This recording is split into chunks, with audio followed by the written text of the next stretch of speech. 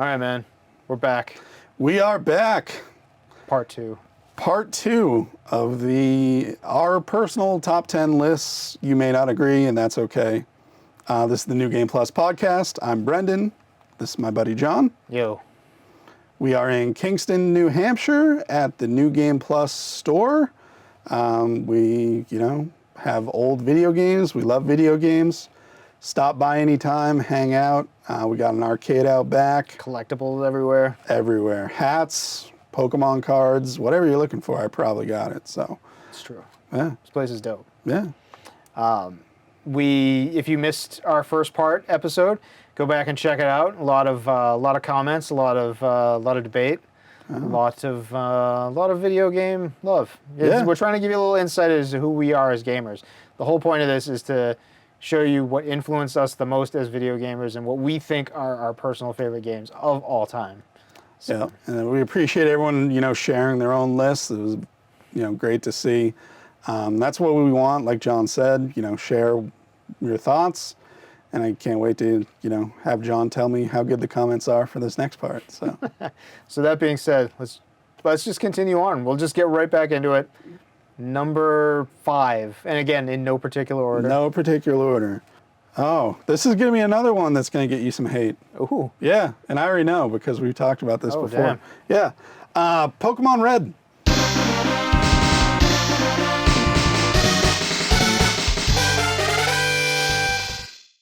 So, wasn't my first RPG of all time or anything like that, but it was so cool as a kid, and I know that I was probably the end of grade school when Pokemon came out. Mm-hmm. So we were still, riding the bus and everything like that. And on the bus, you would just have someone come up with the link cable and be like, let's battle.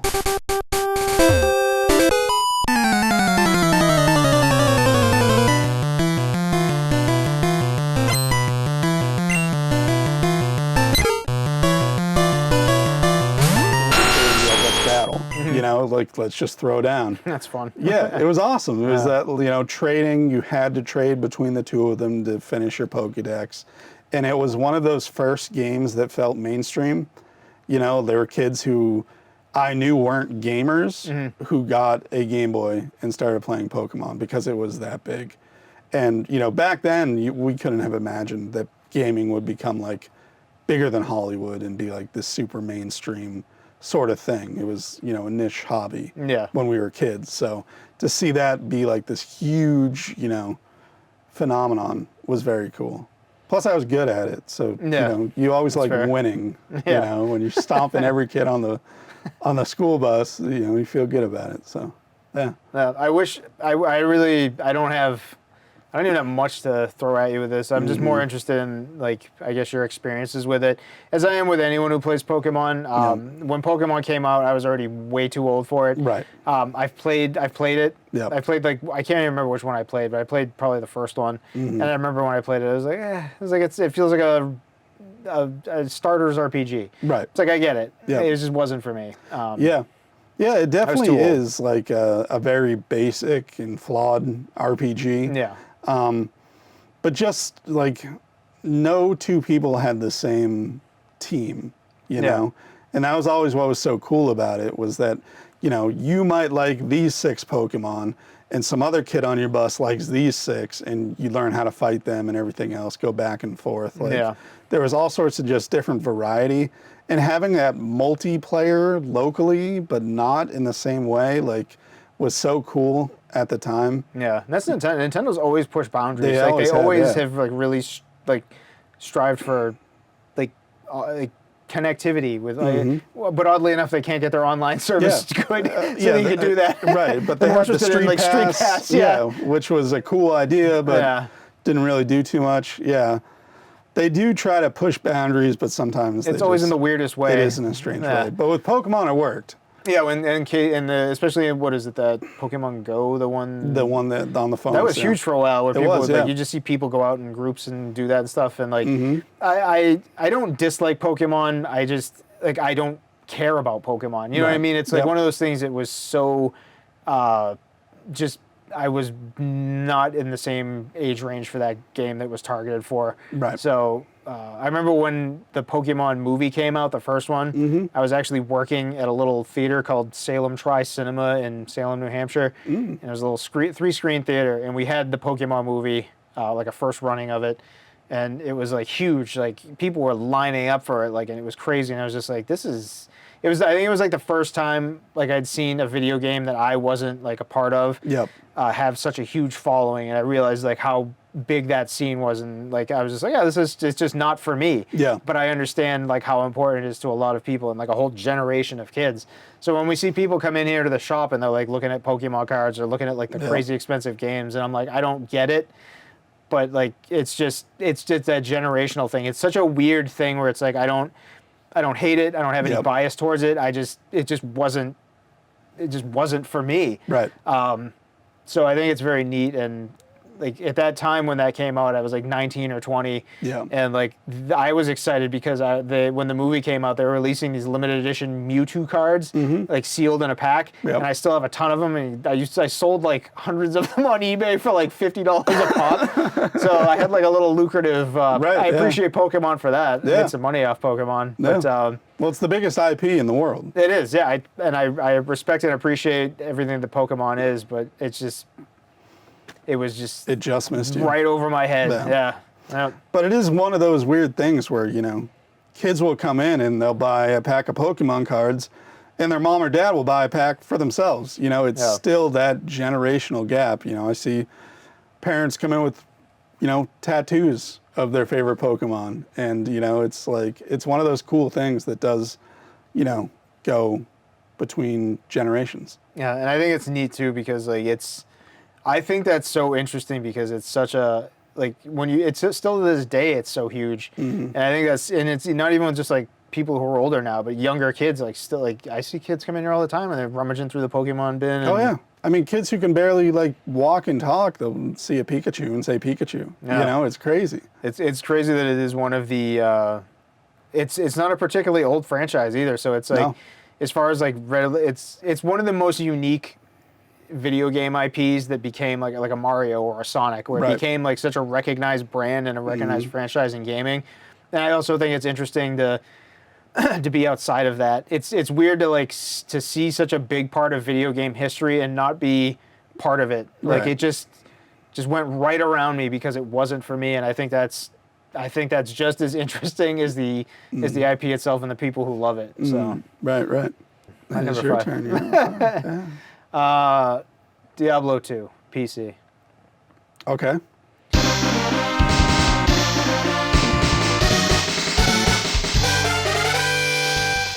The very first Diablo was huge for me. Great game. I had I remember when that first came out, I was probably like 16, 17. And I just remember those like FMV sequences and like the music and just like the atmosphere. That game is still, the first one still has like a grip on me. Like I love the first one still. The atmosphere is unbeatable. It's so good. You're in Tristram, you're above, the cathedral. Yeah. And you're just going straight down until you hit hell and fight Diablo. That music. Like, you can't escape. Yeah. You're stuck there. Yep. And we did talk about Diablo 1 and 2 in our Blizzard episode. We did trash Blizzard a little bit. Yeah, but we also gave Blizzard their due when they did stuff like Diablo 1 and Diablo 2. Yeah. So, but continue. Diablo 2, when it came out, was one of those things where like I built like a PC for. It was like, when did that come out? Early 2000s?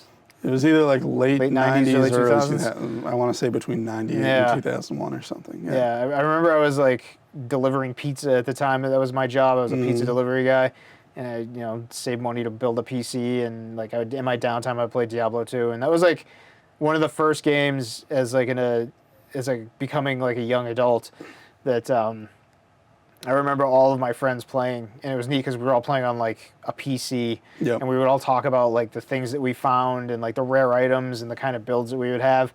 And it was before you could really like link them together easily. So it was like, you go to your buddy's house and you'd be playing and you'd see like what their characters were and what they had, and they'd tell you some stuff and you'd try to, it was cool. It's like you're sharing information on making cool characters. And the story in the second one, is awesome. Like it takes place like, you know, the main hero of the first one becomes corrupted by the power of the stone, and it's cool because you're playing. It's like directly after that, but it's a neat way of making the hero the villain. It's got a great twist. Yeah, at the end of the original, Yeah. where the guy narrator thinks he's talking to Tyrael and he's talking to Bale. Yep. However, I am not the Archangel Tyrael. Bale. No.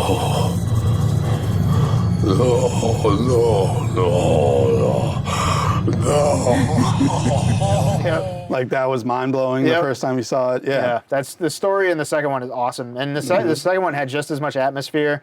Introduced some great new gameplay mechanics. It basically was just it took Diablo 1 to the next level in all the best ways.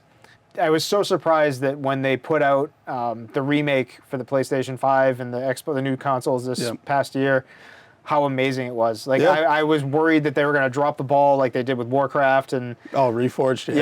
They knocked it out of the park. They made it's exactly the same game, just better. Yeah. It's the one good thing Blizzard has done in the past like at least 5 years. It really is. Yeah. You know, especially given the dumpster fire that is Diablo 4. And I like Diablo 3 a lot, but nothing has touched Diablo 2, and it's like after having replayed it after 15 years. On a new console, like with a new life into it.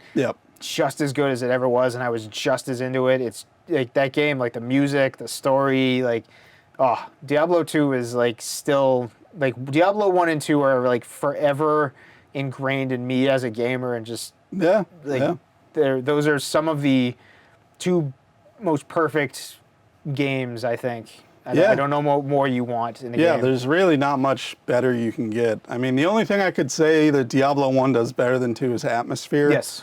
But being able to run was very nice in Diablo 2. Yeah. Like, that was really annoying in Diablo 1. Yeah, you go very slow. You go very, very slow. But we've talked about, Diablo 1 and 2 before. I have nothing really more to add other than I agree completely. Like, amazing games. No. Yeah. Fair enough. Mutual love for Diablo 2. Yeah. Like, I want to know, like, anyone out there, like, what your favorite one in the series is, because I've played it's all almost always going to be Diablo 2. I would feel think like so. 900 out of 1,000 people will say Diablo 2. I'm always surprised, too, at the amount of people who've never played the first one. Yeah. If you've never played Diablo 1, track yourself, like, you can play it on, they recently put it out on, what's the name of Blizzard's? Battle.net. Battle.net, they put out Diablo 1 and it plays on modern PCs. And that's cool. I'm playing through it right now. I have it on my PC. It's the only game I have on my PC. And it's still just as fun. I have it on the PlayStation 1 as well, but the PlayStation 1 version has some really bad load times. The game itself controls really well and plays well, but the load times are excruciating. But yeah, check out Diablo 1, 2, and Diablo 3 as well. Diablo 3 is really, really good. And is a nice wrap up to that series, as 4 is just... I feel like 2 actually had like a very... Like, I think that's one of the issues with the later ones for me is that 1 had like a good hook to continue it because you're putting Diablo's soul gem into your head. Of course, he's going to take over. Yeah. And then 2, you went and, you destroyed all of them. So I feel like the like light retconning that went into Diablo 3 like bothered me. That's fair. Because I feel like they were touching on like Golden Age Blizzard, like Warcraft 1 through 3, Diablo 1 and 2, StarCraft 1. If you messed with anything that was like set in stone from those games, I feel like you're like, what are you doing? Like, there is a little retconning in the third one.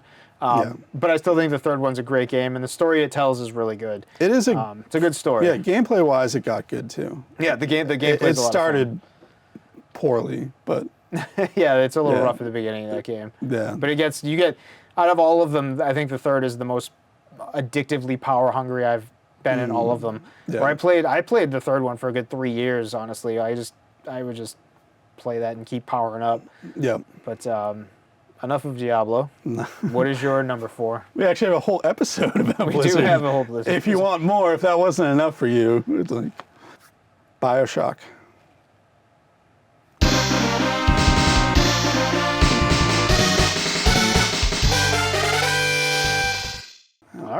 And BioShock is there for one reason only. Well, I mean, BioShock's a good game. It's a great game. It's a great game. It's got good playthrough. It's, you know, a worthy successor to System Shock 2. But the twist in BioShock is how I think video games should do things. Did you remember the whole "Would you kindly" twist to BioShock? It's been years since I've played BioShock, so please refresh me. All right, so BioShock, you're going through the ruined city of Rapture, and you're trying to get to the, you know, architect of the city, and you feel like you're doing this all of your own volition, even though it's, you know, a game on rails, right? Like you feel like you're making choices, blah, blah, blah. Throughout the game, you're contacted, and there's a phrase that this character who's leading you through uses, and the phrase is, "Would you kindly?" So it'll be like, "Would you kindly pull that lever so that we can go to the next part of the level, blah, blah, blah." Once you finally meet the architect of Rapture, he reveals that you are a genetic experiment that has been forced to do everything because "would you kindly" is a trigger phrase. Okay. So anyone who says "would you kindly" to you can then give you a command, and you'll do whatever. Just do it? Yeah, like he says, "Would you kindly kill me?" And then you kill him without, like, you have no choice. I didn't realize it was like a whole Manchurian Candidate vibe to that Yes, game. it is. I didn't realize that. It's been so long since I played it. And that's what's so cool about it to me is that, you know, it plays with that sort of like, all right, you're in this game, there's only one way you can go, you know? Like when you're playing through Mega Man 2, you're not sitting, well, that's not a good example because you can, you know, pick whichever level, but I mean, if you're playing through Mario 1, you know, you're not picking to go right, like, well, you are, but you're not, you know? You feel like you have free will to play the game the way you want to play it, right? Even though you're still on rails. I always equated BioShock more to like a Metroid. Because like there's certain things you couldn't do until you got a certain power up, and then you'd have to. All right, fair. To me, it was more of a Metroid. But I just mean generally in games, right? Like there's a conceit that you as a gamer are like, you're agreeing to, right? You're saying like, okay, I have some freedom in this game, but I'm going to like go along with, you know, the story or the whatnot. guidelines. Right, exactly. And for the game to then sort of like throw that back in your face and be like, well, you didn't actually, you know, like you thought you did because I asked, "Would you kindly?" But it's really just a trigger phrase. I don't know. It's just one of those like moments in gaming. I feel like things changed after that, where people started doing, you know, different ways of storytelling. And that was really why it reaches not just, I mean, it's a great game all in all. And this is one of the ones that may or may not have, you know, there's some where at the beginning of the first episode I said like these 10, some of these won't, depending on the day, make the list, some of them will. But just because of that "would you kindly," I feel like BioShock deserves. Because I'm like, we've talked about before, very into how storytelling is done in an interactive medium. So I just felt like that was one of those moments in gaming history that was just like, you know, bravo to BioShock. BioShock's a big deal, and I appreciate that's on your list. Didn't make any of mine, but like when it came out, BioShock was huge for me. I loved BioShock. I beat that game dozens of times. Yep. It's been so long since I've revisited it because it's one of those games I'm afraid to. Oh yeah. Well, it was almost 20 years ago now. Yeah, and like it's easily close to 20 years ago. Yeah. And one of the reasons I'm afraid to revisit is because of how much I hated BioShock Infinite. Just the endless hours of rummaging around in garbage cans. Yeah. I hated that game, but I loved the story. So it annoyed me that it actually got to the point where I was so sick of the gameplay and all the endless like time wasting, like rummaging around in trash cans to get the next thing I don't care about. Yep. That I actually watched the conclusion of the story on YouTube because I just wanted to know. And the endings, the story in that game is awesome, and the ending of the game is amazing. I hated the gameplay so much that it's put me off on wanting to revisit BioShock, thinking it might not have aged as well as I would like for it to have. Right. But at the time, I would totally agree with you. It was a hugely influential game. Yep. It changed a lot of things. It was a very, like, when that game came out, it was huge. It was so well received and deservedly so. Like I remember the first time you see like a Big Daddy and how amazing that was. I used to play it in the surround sound and like the bass you would hear on like the Big Daddy's footsteps.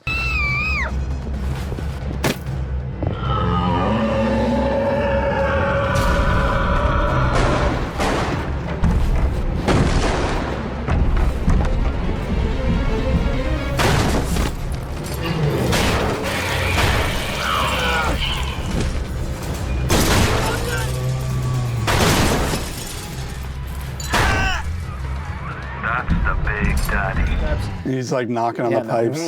Yeah. It was. I actually remember the first time I played the game. There's the intro cutscene with the airplane crashing. Yeah.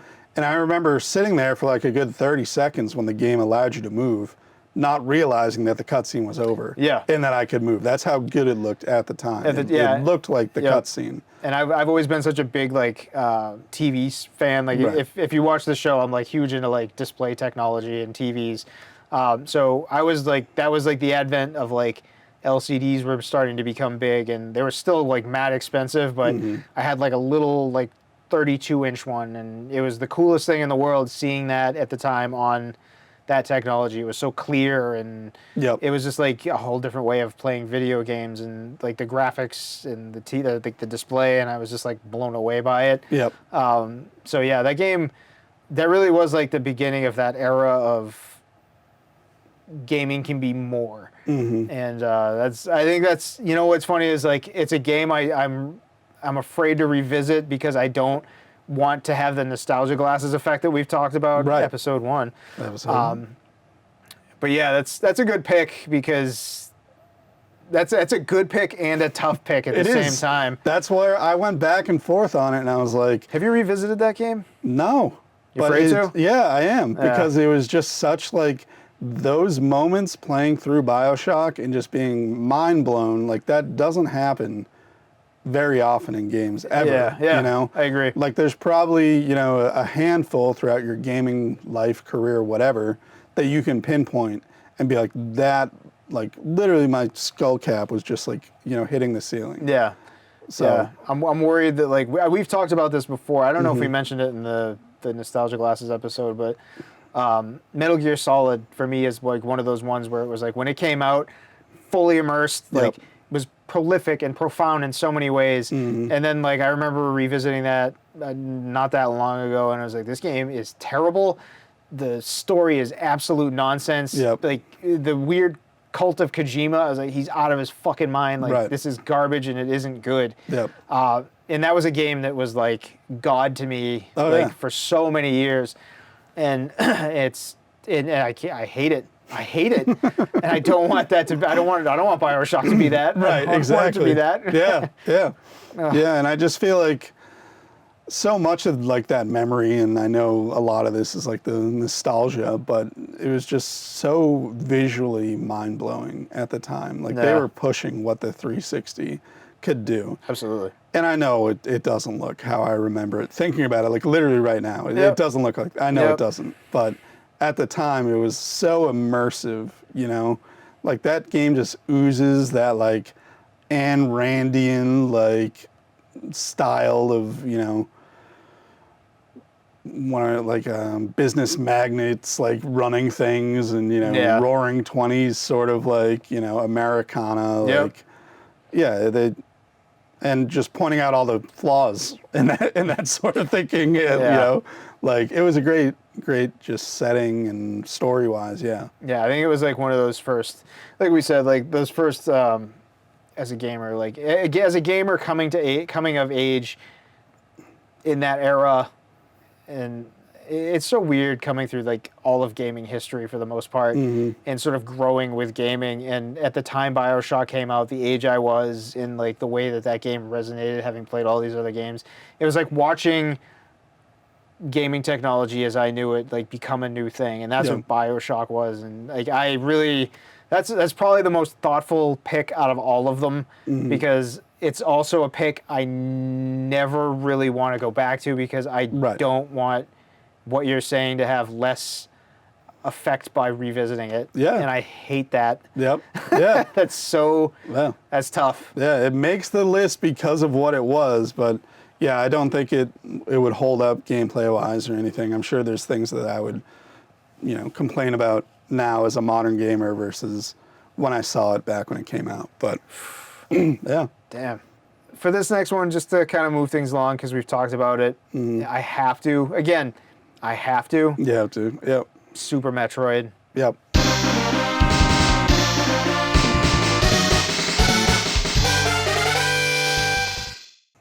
I have to. Yep. I have to. Yep. I have to.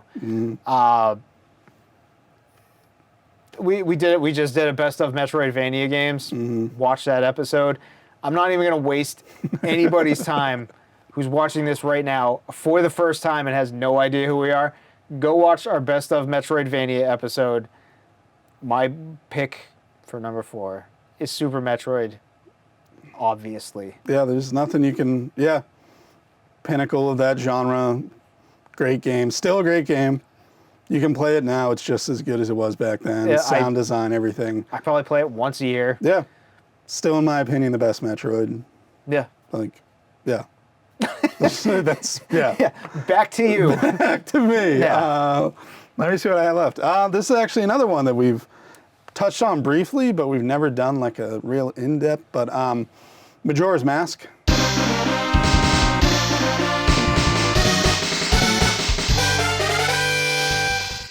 Okay. Legend of Zelda.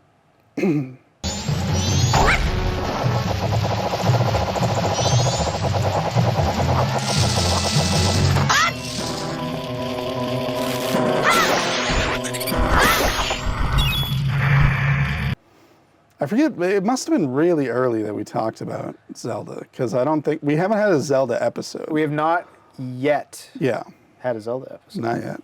Maybe after Legend of Link comes out. But Majora's Mask, yeah, I feel like a lot of the times people's favorite Zelda is the one where they were the age Link was when Zelda came out. Like your generation, it's like Link to the Past. Like that's when it was like the coming of age, like sort of journey, Maybe not. I know this. Zelda's a whole thing. It is a whole We need to do yeah. a Zelda episode.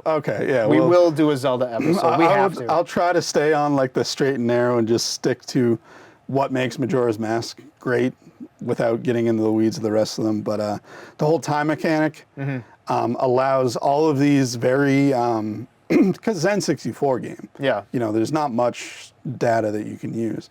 But having everyone on these set rails for that 3 days allowed so much interaction between the characters, that they all felt real in a way that they didn't in Ocarina of Time. Like every single NPC in that game has like a in-depth, tragic backstory that you have to go digging for. And if you do, you're rewarded with another mask or a heart piece or whatnot.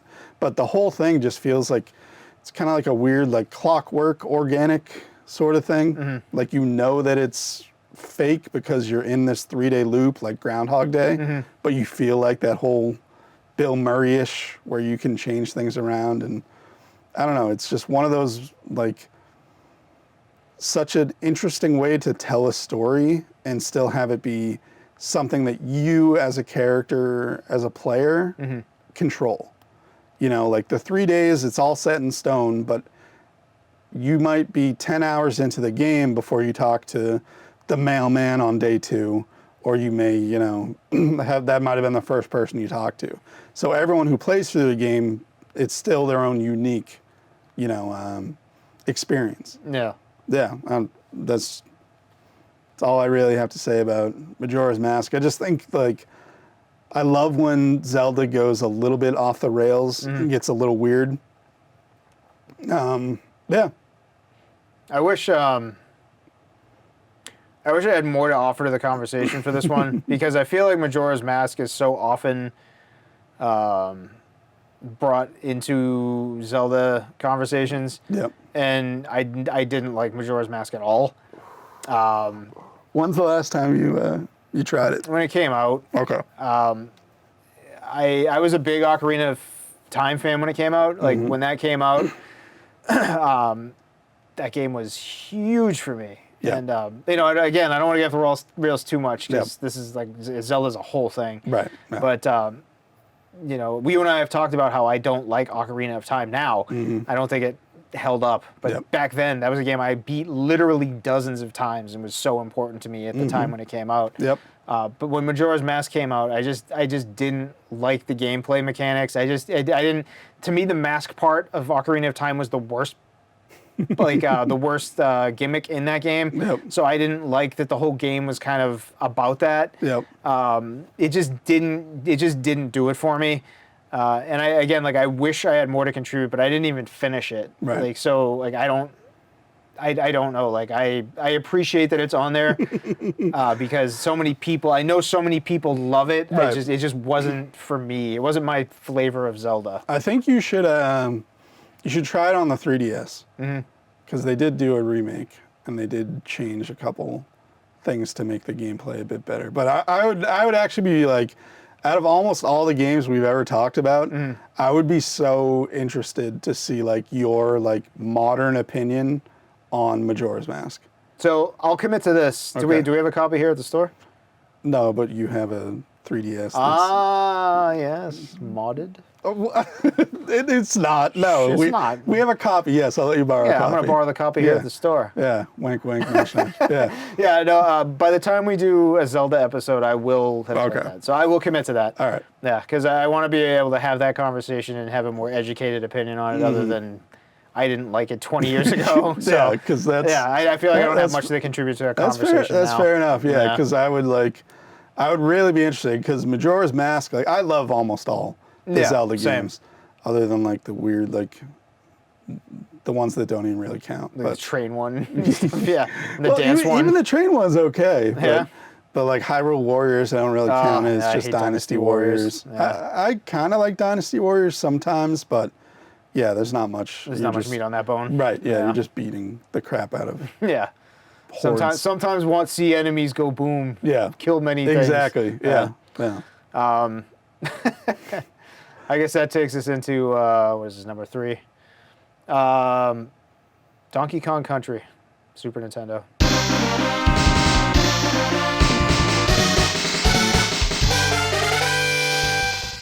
Yep. When that came out, I played that right when it came out. I think it was like 1994, I think that came out. That game was just so leaps and bounds ahead of everything that had predated that. Like visually, that game was like astonishing. And here we are 30 years later. And it that still game looks great. is still gorgeous. Yeah. Well, the music in that game is like still one of the best game soundtracks I've ever heard. The underwater level, and that game is so goddamn hard.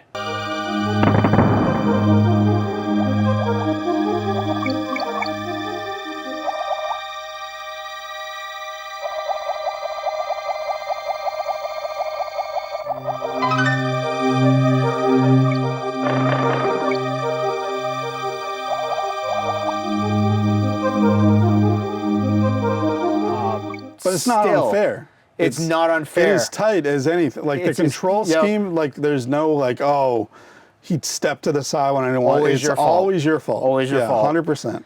I recently replayed it on the Super Nintendo, the Game Boy Color, and playing it on the Game Boy Color. I had never played the Game Boy Color version. It's unbelievable. Like they almost do I think they do all the levels, honestly. That's crazy. I think it's all of them, and it looks amazing. It's a really good-looking game, and it's harder than the Super Nintendo version, which is insane. Right. But yeah, the Game Boy one was so much fun to play. I was genuinely astonished at how good that was. And playing it again on the Super Nintendo, I feel like as I get older, that game just gets better with time because every time you play it, you're reminded what a shitty gamer you are now because of how easy games are. Right. That game is so difficult that every year that I play it, I realize how my skills as an actual gamer are diminishing because of that game. Right. Yeah. It is unbelievable. It is. I would put it right up there with Super Mario World. Is like I couldn't tell you which the better platformer is, and that is saying Right. something. That is one of those. Yeah, it's one of those debates that you're going to have, and it's going to change day by day, mood by mood, which one you think is actually better, because they're both incredible. Yeah. They're both 10 out of 10 games, and it's really hard to say which one is better, and that's why these lists are so loose and nebulous. Is like, yeah, that game is always going to end up there, but there's also 20 other games that are also 10 out of 10s that could. But yeah, I mean, I couldn't say. I mean, I think I slightly prefer Super Mario World, but I also think everything you said about Donkey Kong Country, and then even the second one's just as good too, like Diddy's Conquest. I never got into the other ones. Yeah. I know a lot of people like the second one more too. I think I prefer the second one. Yeah. Do you? Yeah, Diddy's Conquest is insanely good. I need to play it. Like again, it was just like the first one was just so. It's Mega Man. To me, it's like Mega Man 2, where it's like every other game outside of that experience is just not quite as good. Yeah. Like that game is like everything about it is just so perfectly crafted. Like the levels, the music, like everything about that game is perfection. So like I had a hard time getting into any of the other ones. Yeah. Like I really did. But I from what I understand, 2 and 3 are supposed to be really good. They are, yeah. I mean, that was, the golden age of Rare, where they're just hitting, they didn't miss. Yeah. So, yeah, we have 2 and 3 if you ever. Cool. Yeah. To check those out. Yeah. Yeah. But, yeah, I mean, that's, golden age Rareware platformer. Like, incredible games. Yeah. Yeah. Number 2. We're getting there. We're getting down to the nitty gritty. All right. So I was trying to stay away from stuff we talked about before, but I do have to because, Yeah, I get it. Demon Souls.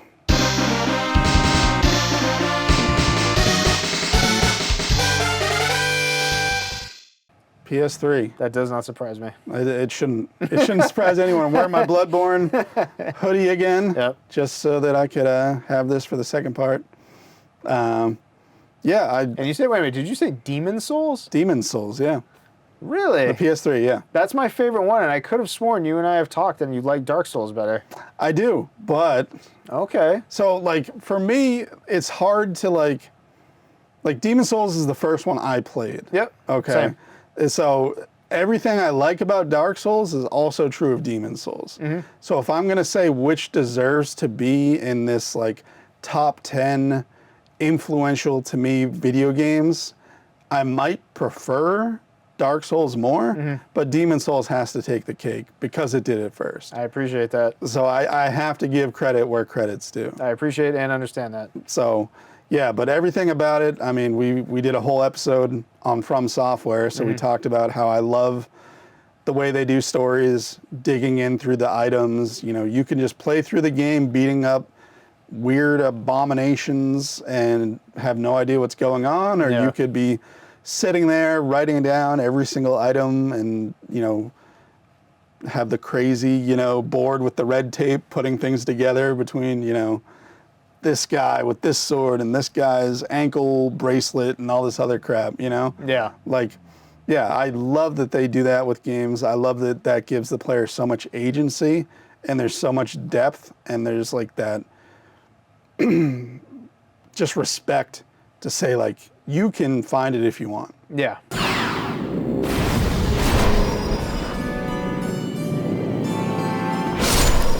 Yeah.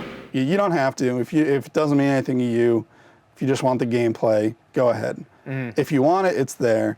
And it's just like with Mega Man, it's fair, but it's hard. Yeah. You get good. Like, that's you me. get good. Get good. Yeah. Like, so, and being that it started the whole Souls, like, yeah, it gets the nod. No, it's a great pick, and I remember playing that for the first time on the PS3, and PS3. That was the best way I can describe that game is there's sort of like I don't want to call it rudimentary because it's not by any stretch of the imagination. It's very polished, but I want to say from like the visuals and the aesthetic standpoint, where it looks good enough and it's so uniquely its own thing there's like a few games that do this thing where like I'm transported to that world more by its limitations. Right.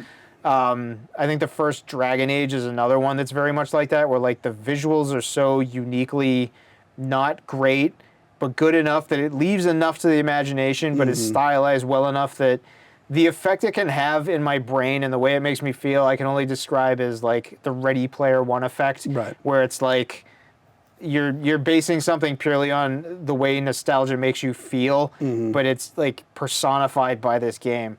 I don't know if that makes any sense, but it's like a feeling I get from looking at that game and just like remembering that game. Yeah.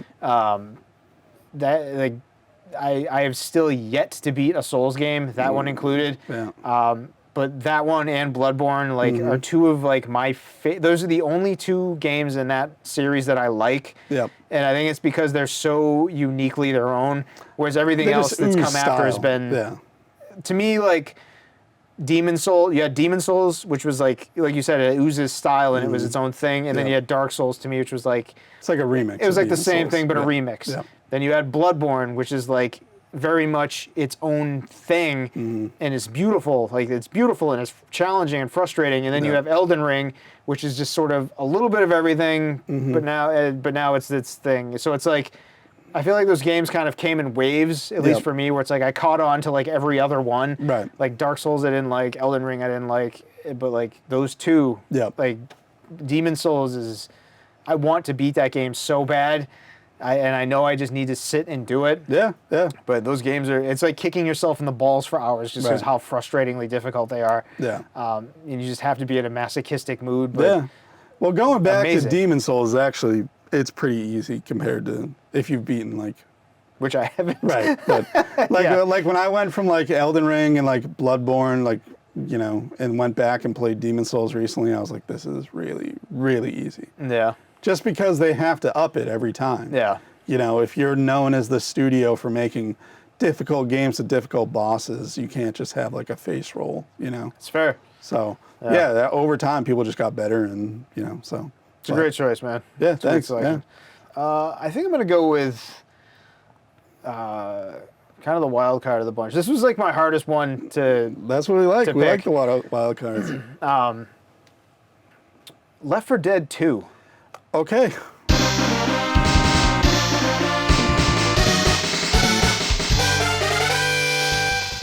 I did not see that coming. Yeah.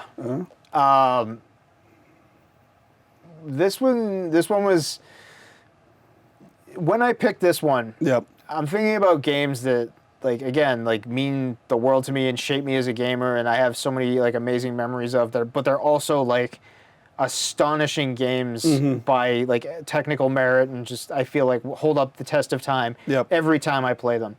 So when I picked this one, it was like, do I throw in like Halo 2? Right. Like tons of memories with the online on that. Yep. Or do I throw in like Helldivers 2? Because we've been playing so much of We've that. been playing a and, lot like, of Helldivers, yeah. Like I think you would agree that's one of the most fun multiplayer games It's a great multiplayer ever. experience, yeah. But when it came to like picking definitively out of like one of those kinds of games, I ended up on Left 4 Dead 2 simply because even though that game's been out forever now, I can still enjoy a gameplay session now with a friend or solo just as much as I did then. Right. That game is just as good now as it was then. Halo 2, I can't play Halo 2 again unless I want to throw in the Halo collection. Yeah. And I don't because it's a remastered version of that. It's just not the same. Right. Helldivers 2, the jury is still out on whether or not that has legs 15 years from now. Well, plus every patch changes something Yeah. to it. You know, there is something about the games we grew up with that once it was on the disc, That was it. that was more or less it, unless there was a map DLC. pack or DLC Yeah. or something. Yeah. So, yeah, that can, I mean, even the HUD has changed recently in Yeah. Helldivers 2. So, little changes like that can change how you feel overall about a game. Yeah. You know, it feels weird to say, but it's true. Yeah. You know, like those little tweaks can sometimes ruin things. Yeah. It's this like Left 4 Dead 2 is I think it's one of the most polished and buttery smooth, well constructed game shooters like ever. The only shooter I can think of that is probably more polished than that game would be like the recent Doom games, like the two new Doom games, which are just like mind. Yeah. Like when we talk about Donkey Kong Country, it's like if you die, it's your fault because of Yeah. how perfect those games are. It's mind-boggling that those games exist. Right. Super excited for the new one, by the way. Yeah, that looks really cool. But Left 4 Dead 2, like that game is so difficult. Oh, yeah. There is nothing better than throwing that game on the hardest difficulty level with a few good buddies who know what they're doing. Oh, yeah. And then like everyone's on their game. And you're just blasting through it. And, Yeah. Or you're the dickhead who decides to shoot the car with an alarm to like start a horde to come after everybody. Yeah.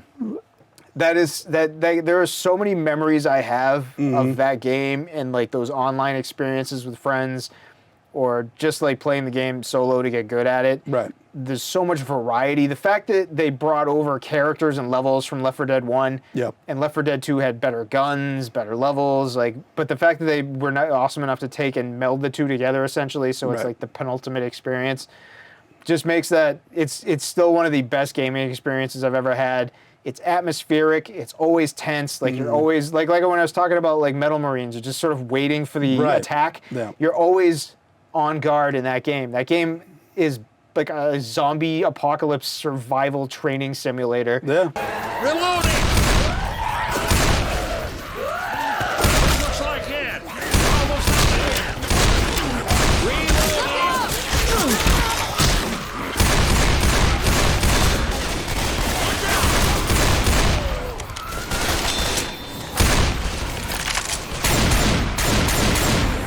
Behind you! Yeah. It's such a difficult and fair and well-polished game that I think it is. I think it's not underrated by any stretch of the imagination, but I Right. also feel like it's not as well known or well as talked about as it should be. Like It's definitely a forgotten franchise, which I don't know if it was just overload of zombie stuff in popular culture because it was in that era where it was COD Zombies was very popular. It was in every single COD. Walking Dead was the biggest show on TV, and it got way too overblown and, jumped the shark and everything else. So I think that, early 2010s, late 2000s period? Around there. Around there when I was coming out, like that whole, like it was a great game, and I think it's the pinnacle of that, zombie shooter.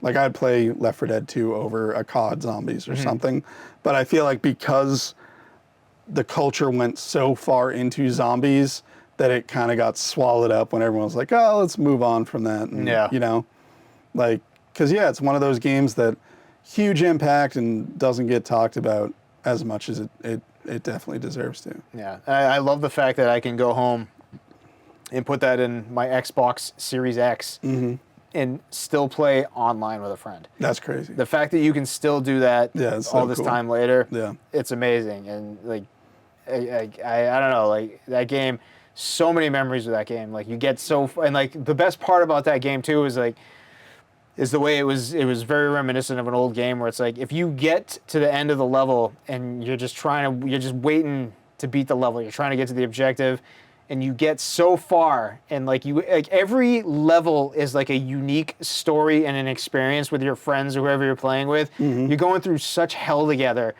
and it's exhausting. And by the time you get to the end and you all just die and there's no coming back from it, and it's like it's all your fault and you have to start the whole level all over again. And it's a whole new unique set of experiences because not all the same spawn points. It's like it's so sporadic and like it's just never the same experience. So you're in for a whole new level of hell. And like someone will do something cool. Like it's every experience in that game is so uniquely different and it's always exhausting. I never walk away from a Left 4 Dead 2 game where I'm not completely like drained physically and emotionally. It's exhausting. It takes you to that edge. I love that. So few games can do that, and I love that game to death. That's a great one. Yeah. It's actually kind of funny that you brought up Left 4 Dead 2 because my final game, not number one, but the last one we haven't talked about, is also by Valve. That'll be Half-Life.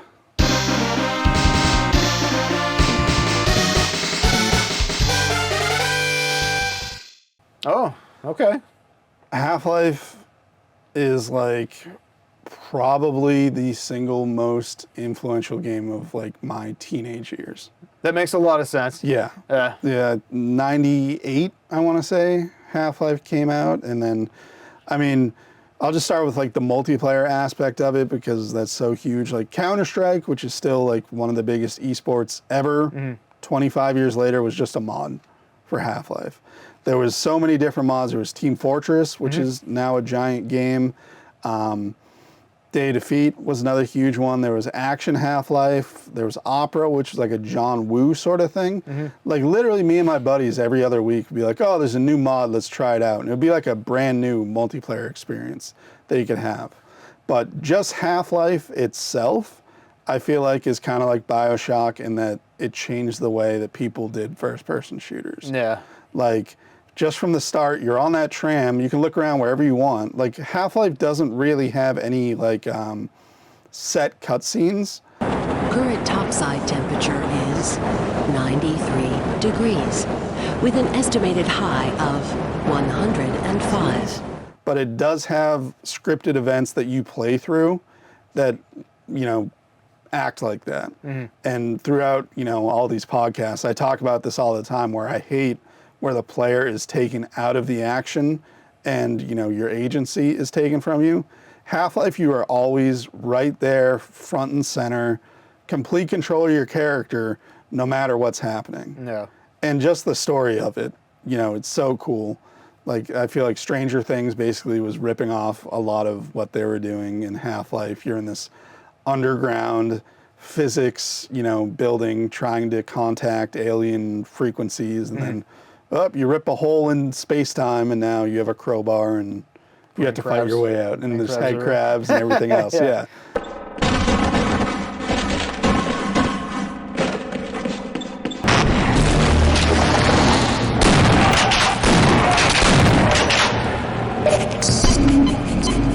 Like, just everything about that game is just absolutely incredible to me, and I feel like it's one of those ones that doesn't get the credit that it should deserve. I think that's a great choice, and I think part of the reason for it maybe not getting the credit is I feel like that game has always been given a ton of credit. It has, yeah. I think the problem is someone like myself who got into the Half-Life series late because I had heard so many things about it and how it was like this amazing experience.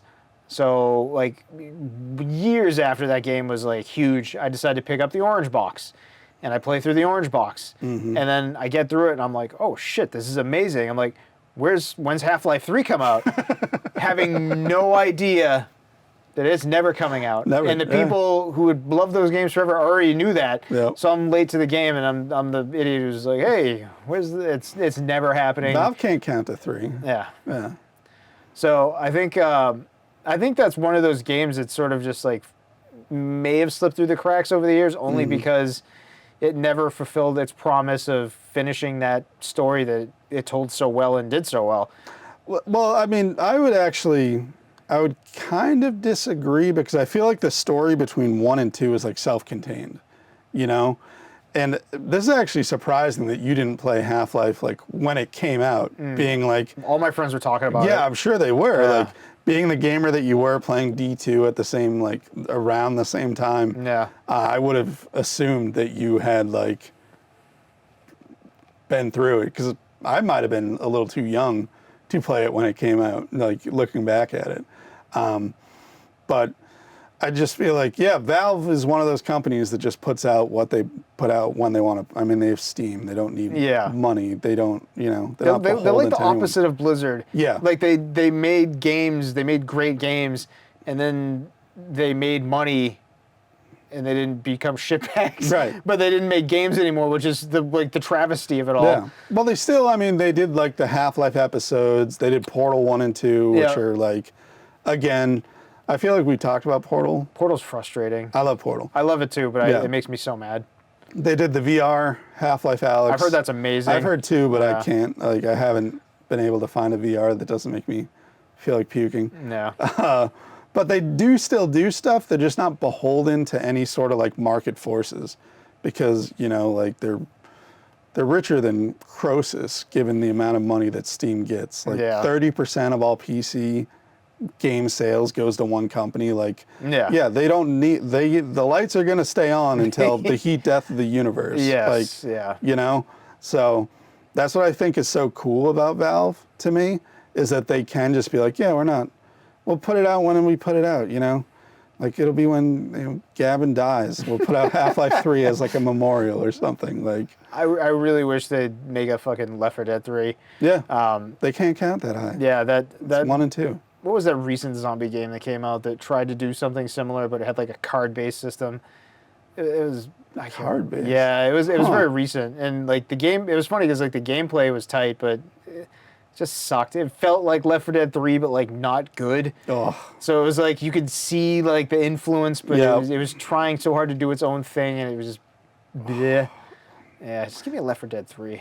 Yeah, I mean, or Half-Life 3. Give me Half-Life 3. Come on. Yeah. Portal 3. Nah. Not gonna happen. No. They like that one too. That's it. Valve, get it together.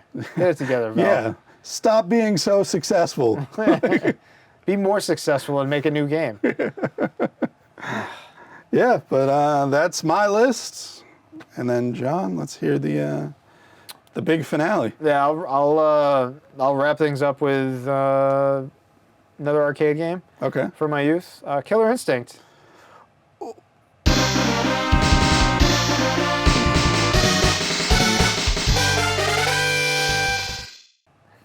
Okay.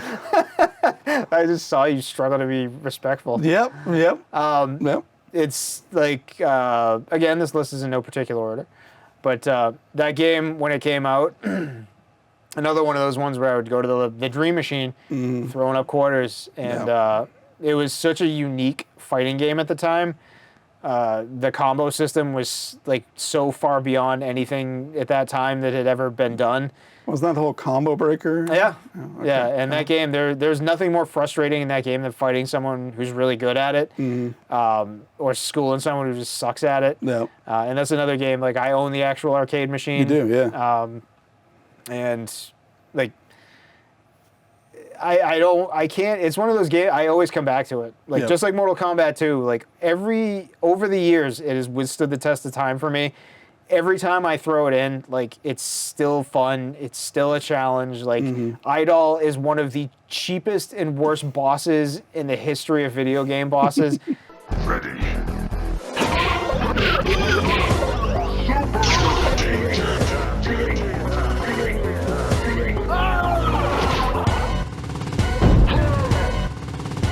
Just a miserable experience every time you fight him. No. But I love that game to death. Like the graphics like are still good. It's like that Rareware thing where they were doing like the Donkey Kong Country style. Right. It was also like one of the first like major like landmarks and disappointments for me with a game where it was going to come out on the Ultra 64, which later became the Nintendo 64.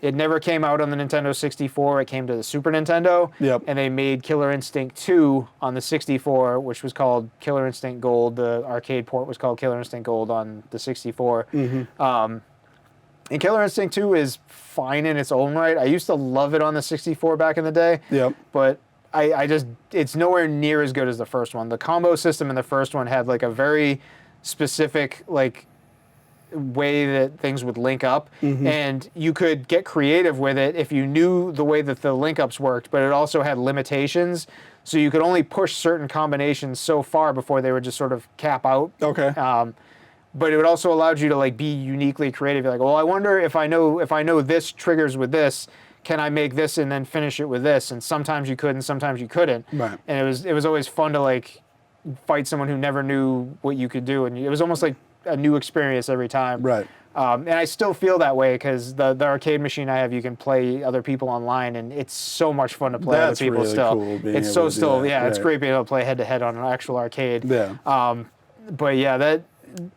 like I love that game. I still love that game.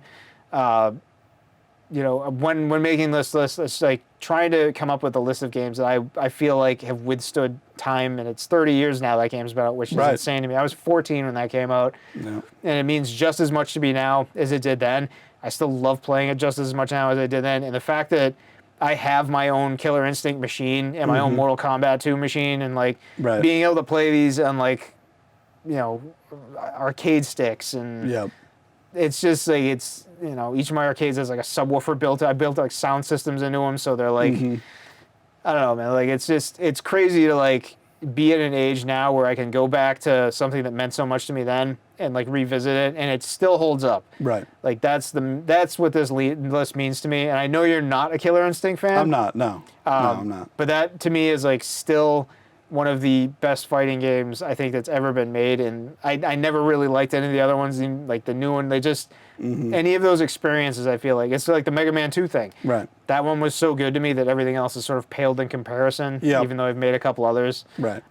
Including a recent one that people really seem to like. But It always seemed like one of those very like, if you liked Killer Instinct, you loved it, and if you weren't part of that little group of people, like then it meant nothing to you. You know? Yeah. It was almost as like like Clay Fighters to me. Yeah. Like Clay Fighters Yeah. are like a super like if you Niche, like yeah. Clay Fighters, like you're still playing that game. Yeah.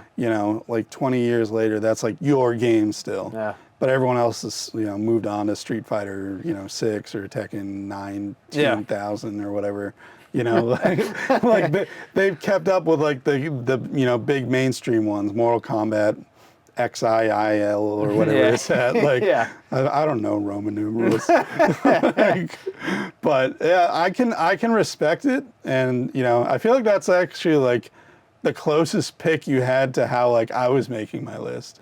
Like I feel like a lot of the ones you like, not that they weren't all like super personal still, but a lot of those were like, yeah, Super Mario World's gonna be like, that's everybody's top 10. Yeah. Not to take anything away from it, but I was actually surprised to hear Killer Instinct because like nobody likes that game. No, I mean you're not wrong. Like to me, like a test of a true arcade when I go into a real like arcade Yep. is I always look for the Killer Instinct machine, or a Terminator 2, Okay. or like a Mortal Kombat 2. Mortal Kombat 2 is not as hard to find, Right. But like if I go to an arcade and they've got a Killer Instinct in there, I'm like, this is what's up. Right. But it's one of those fighting games. It's like it was so huge for the group of people that played it, Yep. and it was a huge game. It was. I remember it being enormous. Yeah. There was still, it was Street Fighter Yep. and Mortal Kombat. Yep. Killer Instinct was the third biggest in that group of fighters, Right. but it was still like the outlier. Oh yeah. And I still think it's just one of those games. It's so satisfying, and it's so deep, that game. The fighting system in that game is so deep, and it's not an easy game. Right. It's a hard game to master, and like that's one of the things that's kept me coming back to it over the years. Is like I still like can pull some stuff off, but I love seeing when I go up against someone online, I get my ass kicked, and I'm like, fuck, like that's cool that like you can still be surprised in something that's been out for 30 years. So Yeah. that's I don't know. That's one of those picks, and like that's my top 10. Yeah. This list was so hard to make. It was incredibly hard. Yeah. Yeah. I mean, the honorable mentions would probably be another entire podcast that we could, We easily could. Do you want to try to fire off a few honorable mentions? I honestly, there's too many. Too many? I feel like already like walking a tightrope between like what I picked and what I didn't, that I might change my mind. Just by saying them? Yeah, just by saying them. But I mean, if you have any, feel free to throw them out there. I'll fire them off real quick. Yeah. Some stuff that didn't quite make the list, and like I was really struggling to not put them on there. Ninja Gaiden for the NES. Yep, great game. Castlevania, the original Castlevania. I mean, any of the Castlevanias. Any of the Castlevanias. Symphony of Night. Yeah. Yeah. Oh, like God of War. Okay. That like it's just another series that's just. Yep. I replay those almost every year. Right. But like I just. Like when comprising this list, it was really just a matter of like, again, for me personally, there's like things that have just over years of like just playing them, years and years of repetition. Still great. Still great. Yep. Like that, it just doesn't change. It's always like this pinnacle of perfection in my mind. Right. And that, for me, being like the ultra critic I am, is like not an easy thing to attain. So some of the stuff, like you said, like a Super Mario World, a Super Metroid, of course it's on there. Yep. But it's on there for a fucking reason. Yeah, it's incredible. Yeah. Yeah, it's like there's nothing bad you can say about that game. Yeah. Either one. Yeah. Unless you're just, it wasn't to your taste, which is fine. Yeah. Some people just don't like Super Metroid, but Or fun. that's true. Yeah. I don't know, man. This was a lot of fun. It was. So, Yeah, it's a great one. Yeah. I had a lot of fun just thinking up and knowing that, like, I always love when we go into something and I know that I have something in my back pocket that you're going to just be like, what? Like, really? That's what you came up with? Well, like, I mean, it's part of what I think is fun is, like, you and I come together and agree on a lot of stuff. Yeah, we do. So the stuff that, like, I think it's the stuff like this that's a little bit more outside the realm of, like what you'd expect, or the sort of stuff that we talk about all the time. Right. I think that's the kind of stuff that's fun because, like, you have so many, like, eccentric choices. Yep. But you also have some choices that, well, I don't like. I like the fact that you have some, like, wild card, like BioShock being a wild card. It's like, you probably know now, like we've talked about, that it doesn't hold up. Yeah. But you don't want to. You intentionally avoid it to not tarnish that, and I respect that because I too often do the opposite and ruin something that I enjoyed for myself by revisiting it. And I feel like it deserves it for a very specific reason, and I don't want to take that reason away from it. I think that's great. I feel like whenever we go into this stuff, I always have like some weird little twist that I put on like my list just to, like, I don't know. I like either just throwing something weird in there for you. It's a rabble-rouser. Just some, teaching typing stuff. Mario teaches typing. Yeah, great game. Our top 5 Marios, that's what he's referencing. Watch that episode. And follow us on social media, folks. Facebook, Instagram.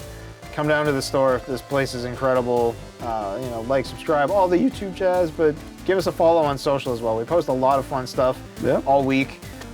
So give us a follow on there. Put the link right here on the screen. Check it out. Come visit this guy at the shop.